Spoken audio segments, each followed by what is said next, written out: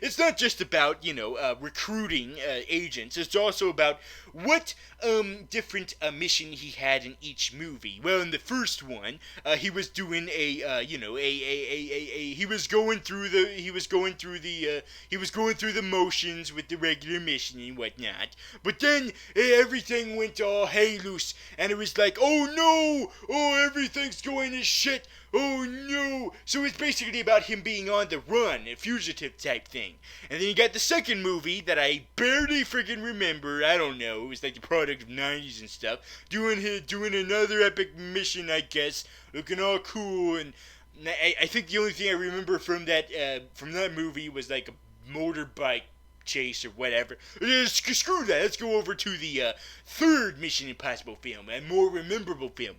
Okay, in this one, it shows that he has given up the spy life and he decides to live a normal life with Michelle Monaghan. They're going to have a nice old time and they're going to have a normal life. It's going to be great. Oh no, everything's going to shit again. Oh no, Philip Seymour Hoffman is being evil and he's threatening Tom Cruise's well-being and his fiance and there's horrible shit going all around.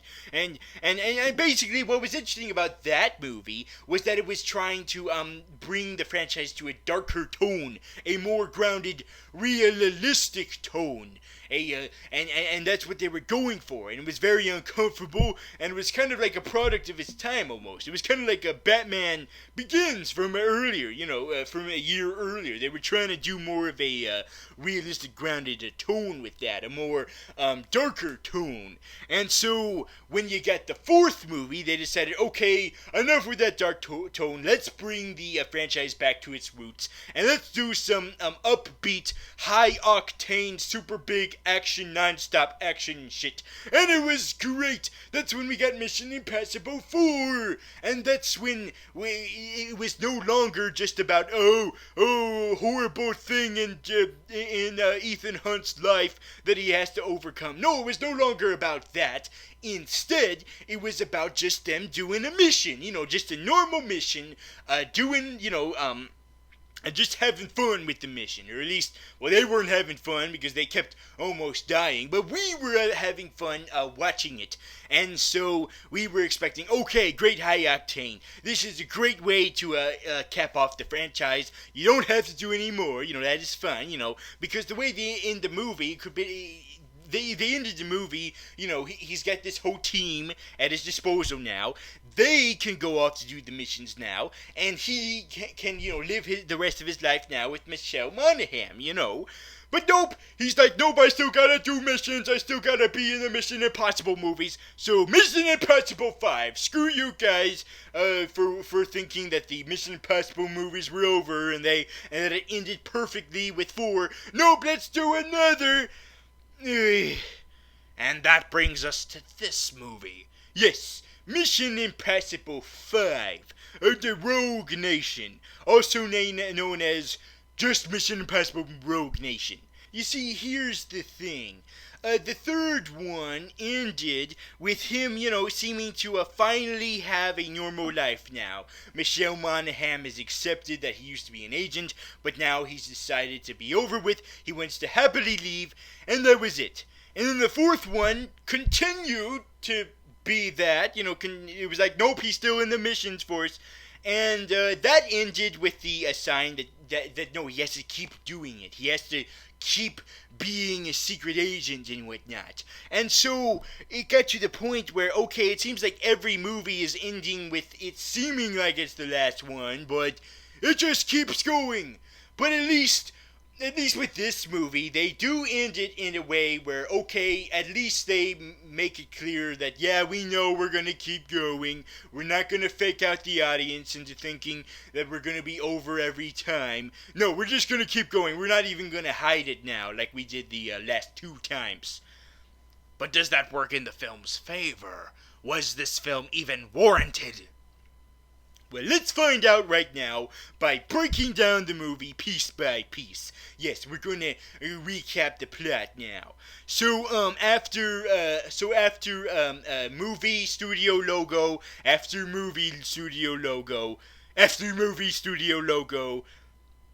After movie studio logo, we finally get the opening scene, which is a grass valley, and instead of the bad robot popping up like it did a few seconds earlier, instead Benji pops up.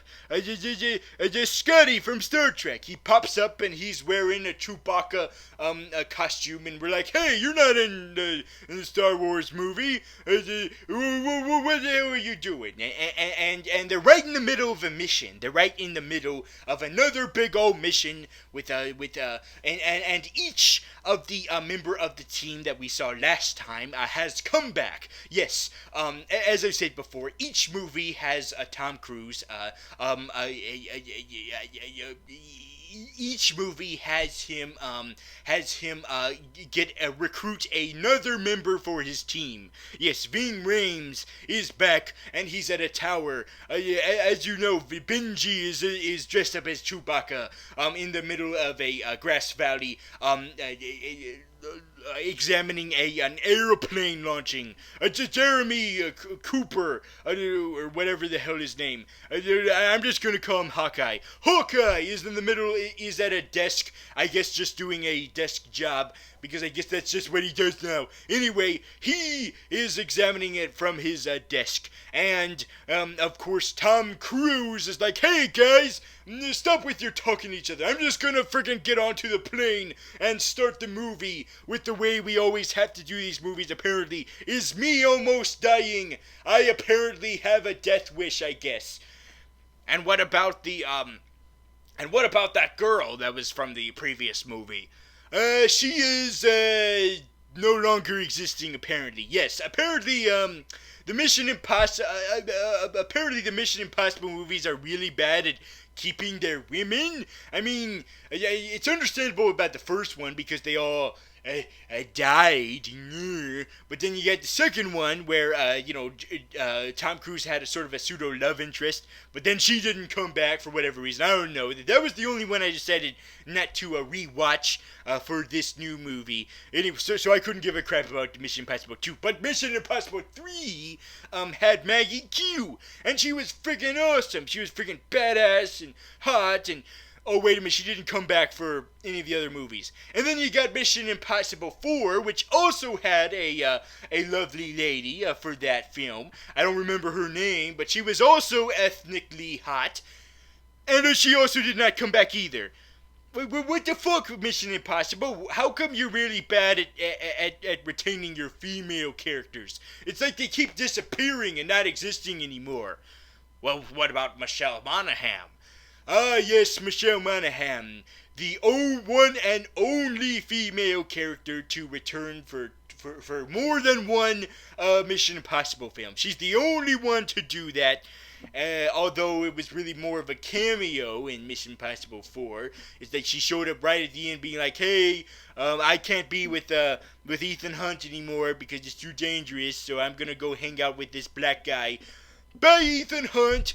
So that was it. So I guess we're just gonna have like I guess it's gonna be kind of like the Bond girls, you know. Each film has a different Bond girl, so each Mission Impossible film would have a different girl in it, even though all the males come back.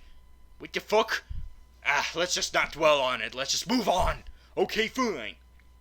So Tom Cruise gets onto his airplane, so he can get to be like, yay! I get to feed my lust for almost dying, and so he gets a whole bunch of missiles, and he releases the missiles back into the wild, and that's what starts the the whole recap of the movie done for us. Yes, what they do is they spoil the whole entire movie, showing us really quick scenes of the film. Now, to be fair, isn't that what the original series kind of did? Yes, and that's what the previous film, Mission Impossible 4, did. But the thing is, the difference, though, is that Mission Impossible 4 did it in a very artistic, creative way. It made you explore. It made you sort of a fly, flying through all of the scenes of the movie, following this following this line that was being lit. This line of gunpowder. It was very unique how they did that. And for this, they were like, nope, we're on a budget, I guess. So let's just show parts of the movie that you're about to see. So anyway, now that we saw a little bit of glimpses of the movie that we're about to watch, let's move on to the actual movie, because hey, I don't want to get my ass spoiled. I want to actually see the actual movie. God damn it! So we get the actual movie, and so the movie starts out with Tom Cruise at a vintage record store, and he meets this hipster girl who's like, hey, aren't you Tom Cruise? You're freaking awesome. And Tom Cruise is like, yes, I am. Now, excuse me, I have to get a message. Yes, because even though these films are very loose adaptations of the original series, they do keep the spirit of the of those films. And one of the things they also keep are some of the themes, like the obligatory message scene where you get messages from the government telling IMF, what their mission is this movie, and if they choose to accept it, and also this message would self-destruct in 5 seconds. Which I always thought was really stupid, because what if they weren't paying attention when they heard it the first time? Maybe they're like, wait a minute, I kind of zoned out when you said this thing. Oh no, it blew up in my face. God damn it. At least they don't explode hugely. It's just teeny tinily. True. That's true. But anyway, so it was kind of getting repetitive at a point that every single time we would get a movie, we get that obligatory if you choose to accept it mission and whatnot. And they kind of try to change it up in the last movie where it took longer than 5 seconds to blow up. But I was kind of getting tired. So how do they mix it up this time? By saying that this is not from MI5, this is from Syndicate. Ooh! Wait a minute. What's Syndicate? I'm glad you asked. Syndicate is a secret organization that was brought up at the end of the previous movie. That was sort of a sequel begging for this movie. A secret organization that is basically like the evil version of IMF. I guess. They're made up of the greatest soldiers and secret agents of all time, but they do evil stuff. Like what? I don't know. They're not interesting enough. Imagine if Hydra and Spectre had sex and had a baby, but that baby was an abortus fetus baby, and that abortus fetus baby is Syndicate baby, basically. So yeah, Syndicate. Oh, big deal. Whatever the hell. But they do make it more exciting, at least, for that obligatory scene we get at the beginning of every film. True, it is. And so they lock up Tom Cruise in this glass box that he's in those things where he listens to the CD or something, I don't know. And then he has to look as that hipster girl gets shot in the head. Shot through the heart, and you're too late. Wait, well, she didn't get shot in the heart, she got shot in the face. Whatever, by a mysterious horned-rimmed glasses man. Oh, he's the leader of Syndicate. It's weird that he's wearing like a very easily distinctive glasses so we can easily see who he is. Whatever. So he shoots the lady. He shoots him dead. Oh no! Oh, and so Tom Cruise is knocked out by the knockout gas in this glass box, and he wakes up in front of this lady who is working a part of Syndicate, and she's got these all of these other big badass men with her, these evil men. Oh no, we're evil, and of course, she takes off her shoes for some reason. I guess because Tom Cruise is also barefoot. So she's like, hey, we should give some equality to the viewers. Like, hey, you female foot fetish people. Here's some stuff for the male foot fetish people too. So I'm going to get barefoot too. I didn't get the memo that we had to all be barefoot. Yeah, I didn't get it either. So anyway, she's barefoot for some reason, and then she's like, "Hey, rabbit's foot." Reference to Mission Impossible 3, I guess. Rest in peace, Philip Seymour Hoffman. So anyway, so it turns out, big surprise, she's actually on Tom Cruise's side, or maybe not. And so she's beating up the bad guys who are trying to beat him up. And so she releases him, but she's like, "Hey, even though I released you, I'm gonna tell them that you're the one who released himself, and I'm gonna pretend like I'm still on your side. Okay, bye. I'm gonna shoot at you. What the hell, woman?" Ah, I get it. She's that archetype of the love interest who keeps switching sides. Ah, yes, that archetype that we've seen like in a billion jillion of these spy movies. Jesus fucking Christ. Oh, this is everywhere. Anyway, but yes, this basically does sum up her character in the movie is, "Oh, I'm on your side. Nope, I'm on someone else's side. Nope, I'm on your side. Nope, I'm on someone else's side. Nope, I'm on your side." Back and forth. Anyway, so Tom Cruise escapes and he puts on some shoes and a shirt because he's also shirtless, and so he reunites with his secret agent buddies. No, wait, he doesn't. He only he's on the run right now. I don't know why I said that. Anyway, back at IMF, we got Alec Baldwin in the movie, and he's all being like an asshole, and he's getting in the way of the IMF, being like, these guys are evil. The syndicate is made up by Tom Cruise. It doesn't exist. It was just made up by Tom Cruise, and that's why he started IMF. And I'm like, okay, hold the phone, Alec Baldwin. You a friggin' dumbass. Syndicate was only shown up like in Mission Impossible 4. We've had 3 movies. We had like over like a decade. Like these movies started in 1996, for Jesus Christ's sakes. Are you pretending like Tom Cruise or Ethan Hunt, I should say, was obsessed with Syndicate for all that time? He didn't even know what Syndicate was until the end of the last movie, you freaking dumbass. So anyway, Alec Baldwin is being dumbass as usual, being like, I hate Tom Cruise. He needs to be locked up. We need this movie to be more complicated than it is. So we're shutting down IMF, and we're gonna make them all rogue. Now they're against the law. Wasn't this the plot of the previous film? Yes, it was, but it was a side plot. And it seemed like this movie was going to be different by making that the main plot.